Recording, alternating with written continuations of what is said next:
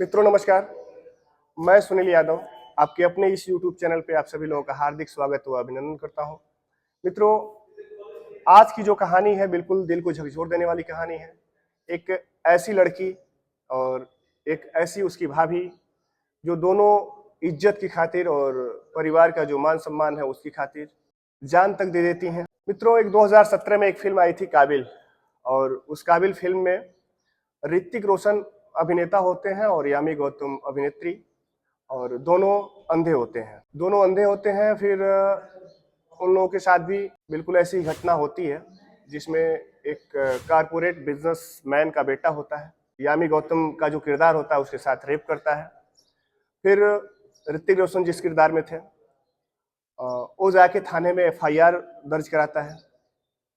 फिर भी पुलिस कुछ नहीं करती, और उस जो कारपोरेट बिजनेसमैन का लड़का था उसका हौसला बिल्कुल बुलंद था। उस सोचा कुछ होने वाला नहीं है, और फिर जो है दोबारा उसके घर में घुस के यामी गौतम का जो किरदार होता है उसके साथ फिर रेप करता है। ये दूसरी बार करता है। और फिर जो ऋतिक रोशन का किरदार होता है वो थाने में जाता है, और थाने में वो FIR करने और ना ही कंप्लेन लिखवाने ऐसा कुछ करवाने नहीं जाता है। वो सिर्फ पुलिस को ये कहने जाता है कि अब भाई पुलिस वाले तो नहीं कुछ कर रहे हैं, अब मैं ही कुछ करूंगा। तो मित्रों, ये तो फिल्मी दुनिया की कहानी थी, फिल्मी बिल्कुल झूठी कहानी भी कर सकते हैं, फिल्मी कहानी थी। लेकिन अगर इस काबिल फिल्म से कुछ कुछ हिस्से अगर काट दिए जाए तो बिल्कुल अभी की जो मैं कहानी सुनाने जा रहा हूँ बिल्कुल वही सेम कहानी होगी। एक राजस्थान में जो है श्री गंगानगर थाना पड़ता है।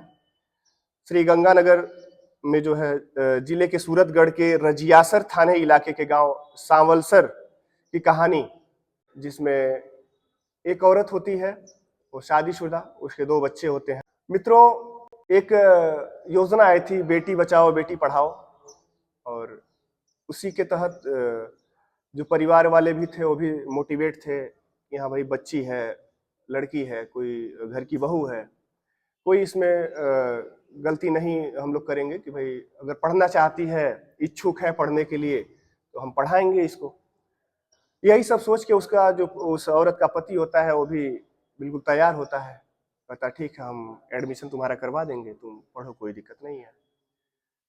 मित्रों, उसका एडमिशन हो जाता है, एक 12th कॉलेज होता है उसी में, और 12th की पढ़ाई करने के लिए जो है डेली बस से जो है उसका आना जाना होता है, बस से आती है। और उसी बस में 3 लोग होते हैं, 3 युवक होते हैं, और वो तीनों युवक जो है किसी दूसरे कॉलेज में पढ़ रहे होते हैं। मित्रों, आते जाते जो है उस औरत से जिसका नाम स्वाति था थोड़ी सी फ्रेंडशिप हो जाती है उन तीनों लड़कों से। और जब फ्रेंडशिप हो जाती है तो अब भाई बातचीत तो जाहिर सी बात है रास्ते भर होती रहती थी। हुआ है कि कुछ दिन बाद ऐसे ही उस औरत को ये तीनों युवक रास्ते में ही सब उतरते हैं, बातचीत करते हुए आते हैं। फिर किसी में उन तीनों में से किसी एक ने कहा कि इधर बीच में रास्ते में जो है मेरी एक प्रॉपर्टी है, एक खेत है, चलो उसको देखते हुए वैसे चला जाएगा। वहां पे जाते हैं सब, और वहां उस औरत के साथ जो स्वाति होती है उसके साथ सब हैवानियत करते हैं, तीनों बारी बारी से उसका रेप करते हैं और उसका वीडियो क्लिप भी बनाते हैं। और ये सब करने के बाद उस औरत से ये तीनों कहते हैं कि अगर कहीं किसी से तुमने कुछ कहा या फिर अपने घर वालों से कहा या फिर पुलिस में कंप्लेन किया तो फिर ये वीडियो जो है सोशल मीडिया पे हम लोग अपलोड कर देंगे, वायरल कर देंगे। इस डर की वजह से बिल्कुल उसके मन में डर बन जाता है कि अगर भाई मैंने किसी से कहा तो मेरी इज्जत सब नीलाम कर देंगे, समाज में हम कहीं मुंह दिखाने के लायक नहीं रहेंगे, मेरे पति, मेरे घर वाले, सबकी इज्जत जो है बिल्कुल बेकार हो जाएगी, जो बना बनाया हुआ है सब बेकार हो जाएगा। इस डर की वजह से उसने कुछ नहीं कहा, किसी से नहीं कहा। वो घर जाती है, खाना खाती है, फिर सो जाती है। फिर ये तीनों जो लड़के होते हैं इन सबों का मन बढ़ जाता है, और जब इन तीनों की इच्छा होती थी तो उसके पास सब फोन करते थे कि आ जाओ, और उसकी भी मजबूरी थी कि भाई उसको आना पड़ता था। और ऐसे ऐसे करते कुछ दिन बीत जाते हैं और यही प्रक्रिया चलती रहती है कि उसको बुलाते हैं, सब तीनों मिलकर उसके साथ हैवानियत करते हैं, रेप करते हैं। फिर कुछ दिन के बाद उन तीनों में से किसी एक ने कहा ऐसा है कि अपनी जो ननद है तुम्हारी, उससे मेरी बात करवाओ, हम लोगों की बात करवाओ। वो पहले मना करती है, तो फिर उसको फिर सब धमकी देते हैं कि अगर नहीं बात करवाओगे तो फिर हमें ऐसे वीडियो वायरल कर देंगे। इस डर की वजह से जाती है वो घर और अपने ननद से, जिसका नाम आभा होता है, आभा से वो पूरी बात बताती है कि मेरे साथ ऐसे ऐसे हुआ और आज उन तीनों ने मेरे साथ फिर ऐसे किया, और वो सब बोले हैं कि अपनी ननद से बात करवाओ, नहीं तो हम वीडियो वायरल कर देंगे। तो ननद जो थी आभा, उसको भी अपने भाभी पे तरस आता है कि भाई मेरी भाभी बहुत बुरी तरीके से फंस गई हैं, अगर मेरी वजह से अगर बच जाती हैं या फिर इनकी इज्जत बच जाती है तो बहुत बड़ी बात है। लेकिन उसको क्या पता था कि अब उसकी भी जिंदगी बर्बाद होने वाली है। फिर वो बात करती है, और बात करती है तो फिर उसको भी सब बुलाते हैं वहां।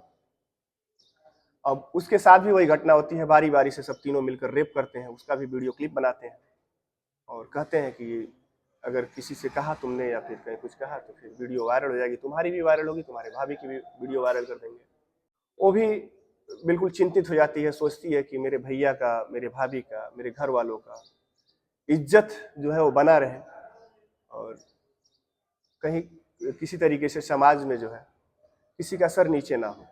मित्रों, यही करते करते इन दोनों के साथ हैवानियत सब तीनों मिलकर करते रहते हैं। एक दिन ऐसा आता है कि दोनों भाभी और ननद एक ही साथ होती हैं और तीनों एक साथ मिलकर उन दोनों के साथ बारी बारी से रेप करते हैं, बलात्कार करते हैं। उस दौरान वो जो भाभी थी उसको थोड़ा सा असहज महसूस होता है, उसको पछतावा होता है, ग्लानि होती है कि आज मेरी वजह से मेरी ननद का जो है इतना बुरा हाल हो रहा है और इसकी इज्जत मेरी वजह से जा रही है और इसकी भी जिंदगी मेरी वजह से बर्बाद हुई है। उसको ग्लानि होती है, अपने पछतावा होता है, अंदर ही अंदर घुटती है। वहां से वो किसी तरीके से आ जाती है, घर आती है। घर आने के बाद जो बात थी, ये जो घटना थी, उसके दिमाग से, उसके जहन से निकल नहीं रहा था, और वो अपने ऊपर पेट्रोल डालकर, पेट्रोल छिड़क कर आग लगा ली। जब आग उसने लगाई तो घर में किसी ने देखा, उसकी सास, ससुर और जो भी लोग अगल बगल थे। बुझाने का प्रयास किया, बुझाया भी। उसके बाद फिर उसको हॉस्पिटल में एडमिट करवाया गया, हॉस्पिटल तक पहुंचाया गया। वहां पे डॉक्टरों ने कहा कि 80% लगभग झुलस चुकी है, जल चुकी है, बिल्कुल बेहोशी हालत में थी।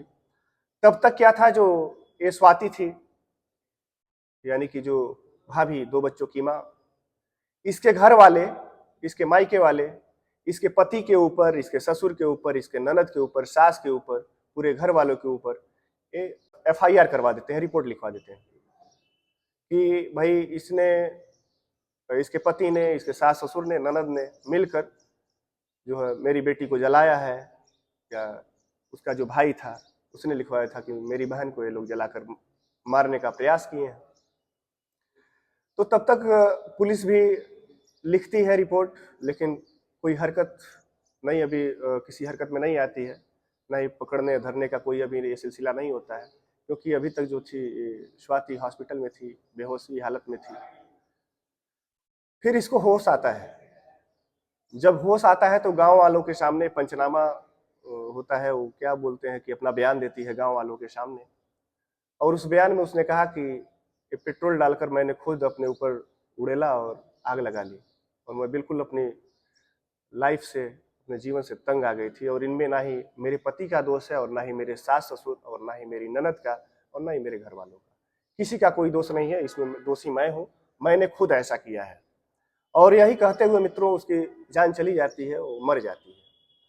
जब वो मर जाती है उसके बाद फिर पुलिस वालों तक की बात पहुंचती है। पुलिस वाले जब पकड़ने आते हैं इन सबों को, तो भाई गांव वालों के सामने उसने बयान दे रखा था, सभी गांव वाले इकट्ठे हुए कि नहीं, इसमें घर वालों की कोई गलती नहीं है, इसने बयान दिया था। अब वहां पे बात ये आती है, जो ननद होती है, ननद जो आभा होती है, आभा हिम्मत जुटाती है, और जब वो अपनी भाभी को तड़पते हुए, मरते हुए देखा, उसने प्रण किया कि भाई अब चुप नहीं रहना है, अब न्याय की उम्मीद लगाए वो पुलिस थाने में जाकर रिपोर्ट लिखवाती है। और रिपोर्ट लिखवाती है कि मेरे साथ और मेरी भाभी के साथ ऐसे ऐसे घटना हुई। पहले भाभी के साथ हुई, फिर मेरे साथ हुई, और भाभी ने इसी वजह से ऐसा किया, उन्होंने आत्महत्या कर ली। अब पुलिस वाले जो होते हैं बिल्कुल उस लड़की के साथ अच्छे से पेश नहीं आते हैं।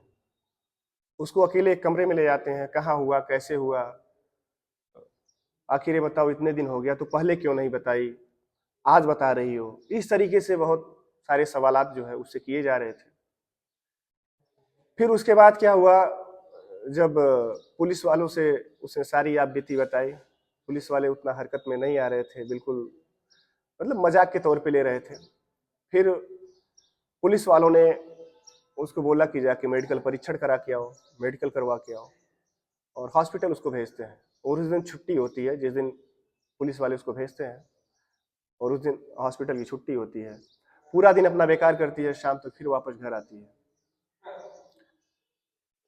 फिर दूसरे दिन जाती है तो फिर वही पुलिसिया सवाल, कब हुआ, कैसे हुआ, पहले हुआ तो पहले क्यों नहीं बताया, इतने दिन क्यों बाद बता रहे हो, यही सब चल रहा था। क्योंकि जो तीनों लड़के थे, उन तीनों लड़कों में एक जो था वो राजस्थान में कैबिनेट मंत्री सुमित गोदारा का रिश्तेदार था। ये जो तीनों लड़के थे, इन तीनों का नाम था अशोक, लालचंद और शिवचंद।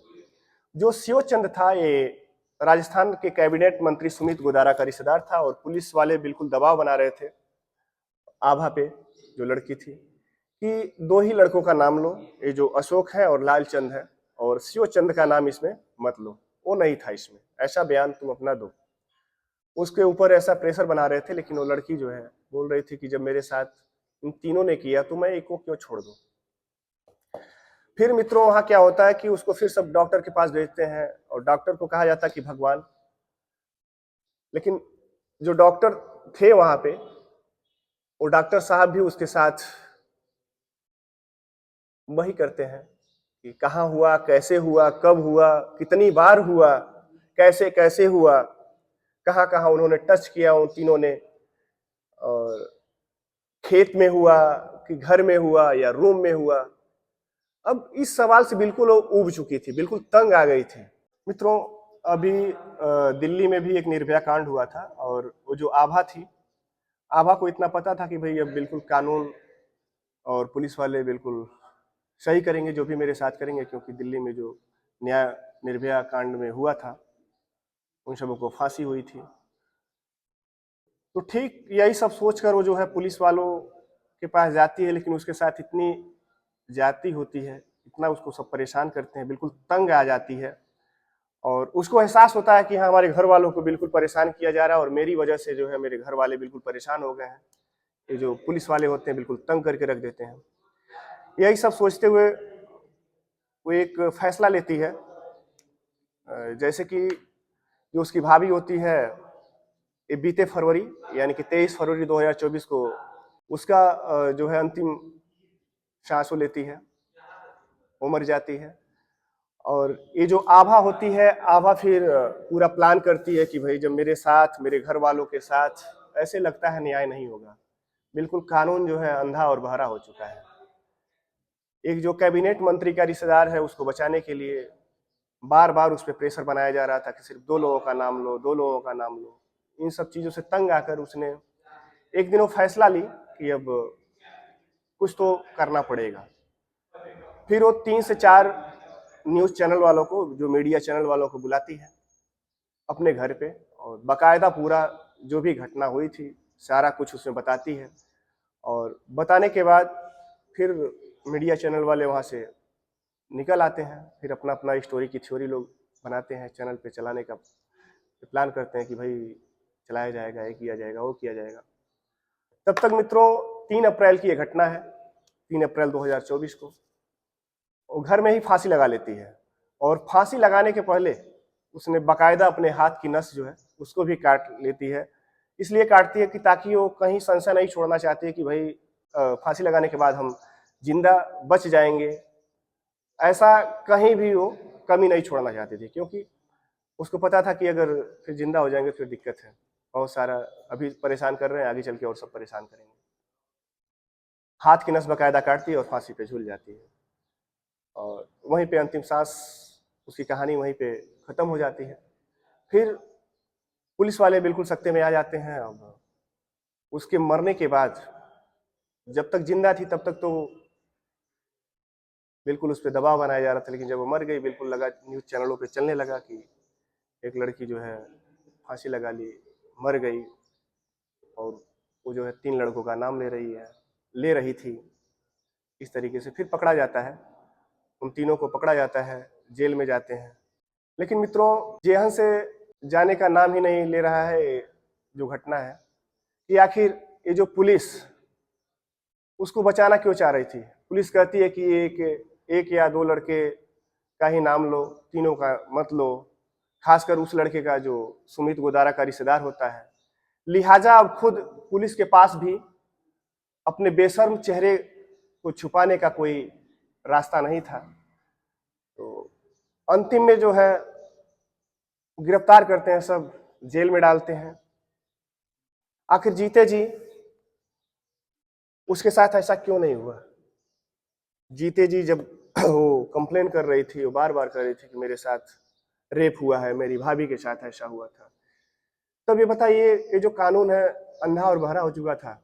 सिर्फ एक मंत्री, कैबिनेट मंत्री का जो रिश्तेदार था उसकी वजह से ये नेता और राजनीति के जो पावरफुल लोग हैं, क्या अगर ऐसे ही पुलिस वाले करते रहेंगे तो आज के समाज में बेटियों को, महिलाओं को कहीं आने जाने में भी डर लगेगा। बताइए, खुल के सब रह नहीं पाएंगी। तो यही समझ में नहीं आता है मित्रों, कब ये पुलिस वाले सुधरेंगे और ये कानून, लोग जिस पे बहुत भरोसा करते हैं, कानून है कानून है, कानून भी अंधा और बहरा हो चुका था। तो आप लोगों की क्या राय है। ये कहानी अभी कुछ ही दिनों पहले की है।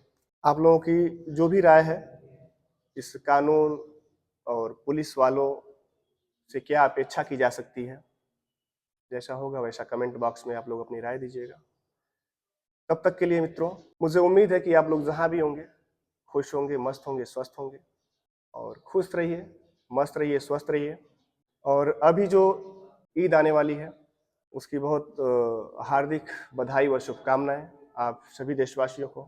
तब तक के लिए मित्रों, नमस्कार, जय हिंद, धन्यवाद।